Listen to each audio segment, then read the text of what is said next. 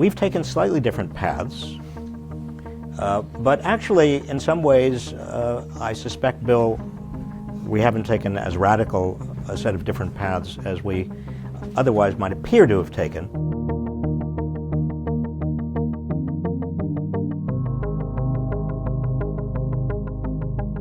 I want to talk a little bit about democracy with you, because that is arguably under assault, and maybe that's the place to begin. Do you think it is, to some extent, under assault today? I think democracy, liberal democracy, is under threat, and more so than it has been certainly since 1989. Is there also a way, Bill, for both sides to visibly and powerfully come together? Obviously, what can be done can range from, an op-ed co-authored by two people who normally don't agree but say, can't we agree on these basic things? Bill Galston and I tried to do a little version of that, but that's just an op-ed, obviously.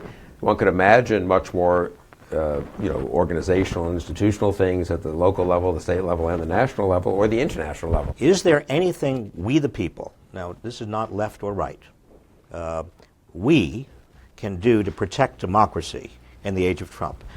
And this gets to what I was just about to ask you.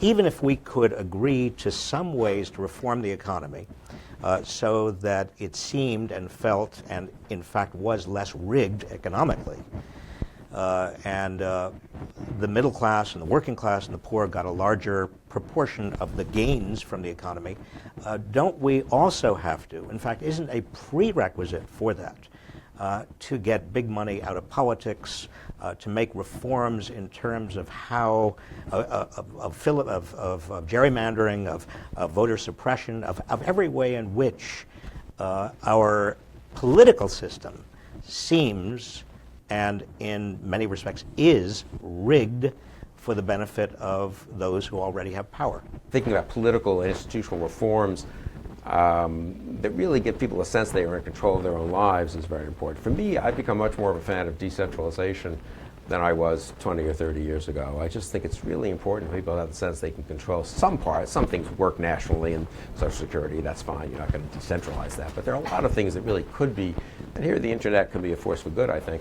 They really could be driven down, not quite to local levels, but let's just say to citizen levels and the level of citizen groups working together in ways that would be healthy, I think, for the country. But that's a vague answer. Well, I want to agree. Certainly after 7 or 8 weeks of Trump, I'm now more in favor of decentralization than I ever thought I would be.